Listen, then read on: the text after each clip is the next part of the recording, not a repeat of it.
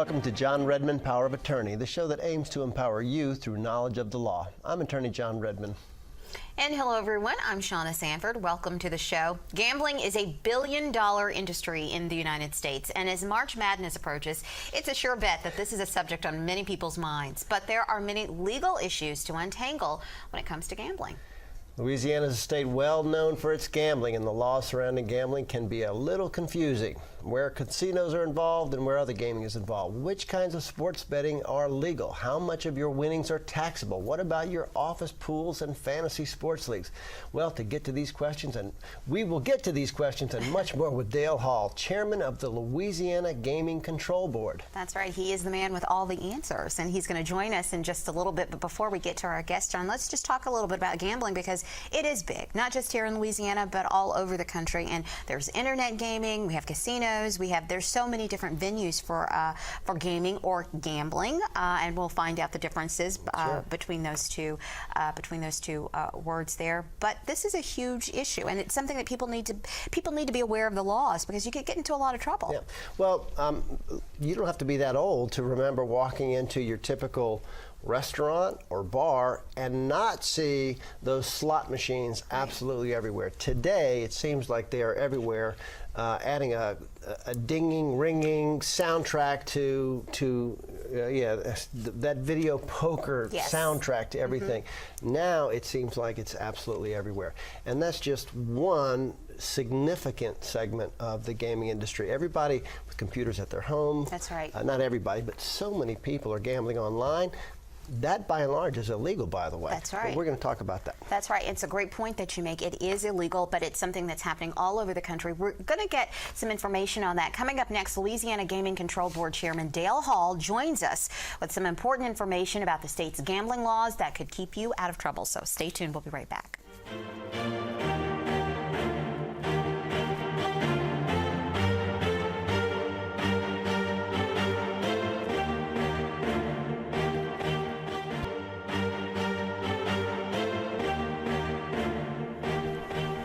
Hello, everyone, and welcome back to the show. The Louisiana Gaming Control Board regulates all gaming activities in Louisiana, and the chairman of the board, Dale Hall, joins Power of Attorney to go over what the law has to say about what is a favorite pastime for many people here in our state.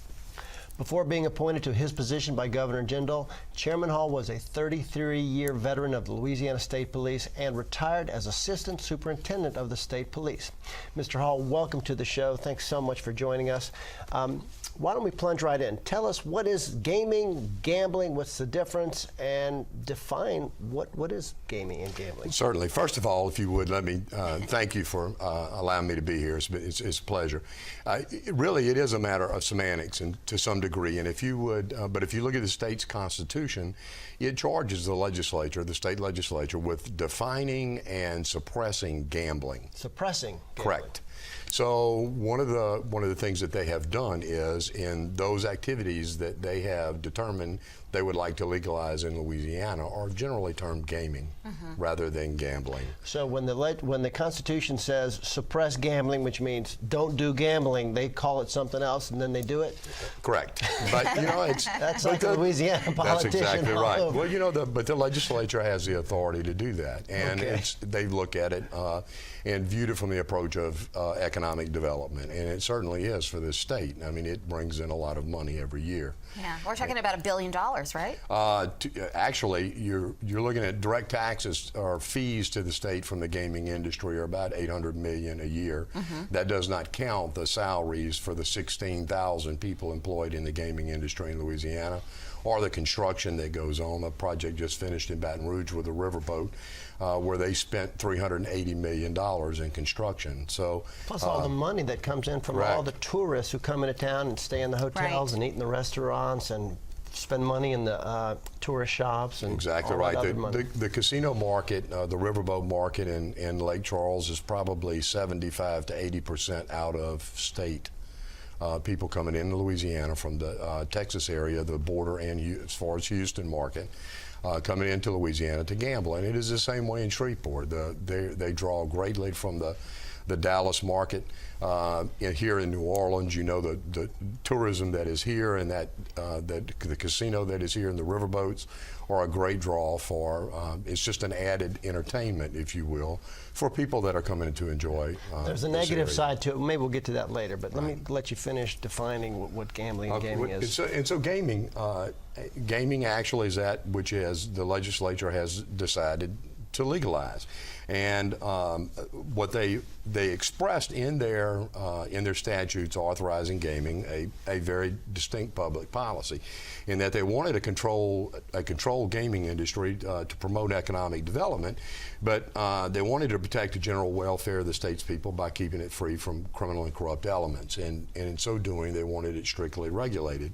And that was why the board was created. The Gaming Control Board is a sole and exclusive regulatory and supervisory board for gaming operations in the state of Louisiana. And it does have a corrupt history to it. I mean, here in the state, when you think about it, I mean, certainly there's been a lot of corruption associated with gaming and gambling, and we'll use those terms interchangeably. But Right. just for our viewers' sake, so that we understand, gambling is illegal. Correct. Gaming is legal. And there are statutes, and criminal statutes, that define what you can and can't do, which is part of what we're going to talk about today. And there are criminal statutes that make those definitions really fairly clear. And I think one of the things that you have to look at, those aside from the things that the land-based casino, the riverboat casinos, slots at the tracks, video poker, horse racing, and the lottery have been defined as legal in Louisiana. And there are boards or commissions that regulate each of those. Now, so all of those don't fall under your board?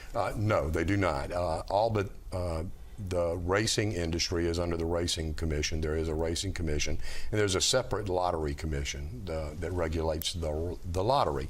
And there's also one that usually gets left out, but it shouldn't, and that's charitable gaming. Right. But charitable gaming is regulated by the Department of Revenue. So your land-based casino, your riverboats, video poker, and slots to tracks are regulated by the Gaming Control Board. How many casinos do we have here, land-based and riverboat? Well, we have one land-based casino in Orleans Parish only, but we have 15 riverboat licenses across the state, 13 of which are in operation. There are 2 that are under construction right now, one set to open in Shreveport, Margaritaville, the last part of the summer. And then there's another under construction in Lake Charles, Maristar. Is building a very large project next door to Pinnacle, which there's proposal by Pinnacle to buy that Also gaming this property. year? That'll open in the summer of 2014 next year. All right. Okay. Huge project, $500 million project. That one is. That is huge. So video poker, that's the slot machines and in all the different Bars and restaurants and things like that. Also, what you see in truck stops, those are video poker machines, and they play some type of poker game. Is authorized to be played on those. And there are probably 14,000 video poker machines around the state, and that in like 2,600 locations. I mean, but there are only 31 parishes that authorize video poker. As you recall, there was a local option election which allowed parishes to determine whether or not they wished to have any form of gaming available in their parish. And the majority of parishes did not. There are 31 parishes that did. And so the video poker is restricted to those 31 parishes. When it comes to the laws concerning gaming, what are some of the most important things that you want to get out there to the public? What are some common misconceptions that you find that public generally has when it comes to gaming here in Louisiana? Well, one is that you have to be 21 years old, and that's very clear. You can't engage in any gaming that's legal in the state of Louisiana if you're under 21 years old. Any of the gaming that you just described, that age limit applies across the board. 21 years old. And so that's one thing that everyone needs to be concerned with, because there are quite a number of people who attempt to enter casinos underage. Can a 21-year-old have his 19-year-old girlfriend stand next to him when he plays Absolutely video poker? not. Should not. They should not. Should not even be standing next to them. Right. The video poker machines in bars or restaurants should be segregated from the restaurant, and to enter that area, you need to be 21 years old. Okay. All right. So. Can a 19-year-old go to the racetrack with her 21-year-old significant other? I believe so. Okay. Sorry, I don't That's do a lot. okay. I don't do a lot of gaming. Don't have a lot of no, money it's okay, to do that, and we don't regulate the horse races, and that's why I have Okay, an issue all with right. one of those. All right, But I believe they can. They're just not allowed to bet. Okay. Okay, so the age is very important for people to know. It's 21. Yeah. What are some of the other really important need to knows? That there are out there in some places machines that are gray market, if you will. There are some bars and restaurants we still find that may have machines that are not legal, and the bar or restaurant is not permitted to, has not gone through suitability background and is not permitted by the state to have those.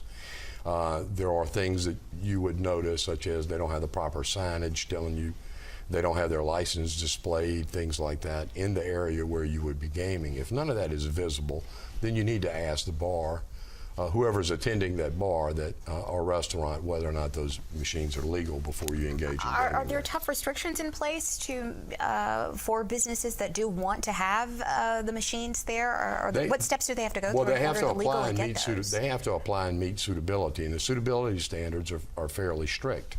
And there are a lot of applications that are rejected because, one, they're not a legitimate business, bar or restaurant, or truck stop. And the other is the people who own them or own a major interest in them or receive 5% or more of the proceeds from them are not suitable because of their background. Maybe they have felony convictions. Correct. They have. And there's a list of statutory exclusions and. So all right, let me change the focus Sure. a little bit. We mentioned earlier that tons of people engage in friendly gaming or gambling amongst friends, or they get on the internet and they go to these websites who probably promise them it's okay because they're offshore, they're not controlled by U.S. laws. That's not something you regulate because it's illegal, right? Correct. And there are criminal statutes that prohibit those. They can get into trouble as far as you're aware. That's something Yes. that the district attorney or other outfits, federal or otherwise, regulate. Just to be clear, it's illegal to go online and bet money. Is that your understanding? Yes, Okay. it is. Betting a friendly bet amongst friends in your living room Is not illegal, and there's a number of mechanisms that are used. People, like, you want to have a card game in your home. As long as no one is taking a cut, you're not taking a cut for hosting that game in your home, and the money that is wagered and divided, goes to the winner, then there's absolutely nothing wrong with that. Okay. Just like there is nothing wrong with a board, like people buy squares on a board, as long as that money is all dispersed. Like a Super Bowl Right. board or a Correct. March And Madness you're board at in your work, home. as long as all the money that is wagered is dispersed, then it's not illegal as long as someone's not doing it for profit or to take a cut. And to be clear, your board does not deal with law enforcement, although you're concerned about internet gambling. absolutely. But your board does not deal with law enforcement on that end. On that issue, no, they do not. The matter of fact, state police and local law enforcement authorities would deal with that. In fact, state police does all the investigations for the Gaming Control Board, and the Attorney General acts as the attorney for the Gaming Control Board. So whatever investigations that we would initiate would be carried out by state police. By and large, do you think the public really understands and realizes that internet gaming is illegal? No, I don't think they do. And it's not just illegal as far as the state is concerned. The state has a statute prohibiting it. It's also a violation of federal law. It's a violation of the Federal Wire Act. You're not allowed to wager interstate, across state lines, where the federal government's able to regulate. They prohibit that behavior. You certainly can't do it from one state to another, nor can you do it from inside one state to outside the country. And it is big business. It is big business. It's huge business. And there is a move afoot in the industry. The industry would like to see online wagering, not in the sense of sports gaming necessarily, but in poker. And there is a move afoot nationally to authorize or allow that to occur in states who wish to participate. Okay, well, we're going to have to leave it at that point. Just for right now, we have to take a quick break. Coming up next, we will get you involved in this conversation. We're going to take your questions, and our guest, Mr. Dale Hall, will answer those questions. So stay tuned. We'll be right back.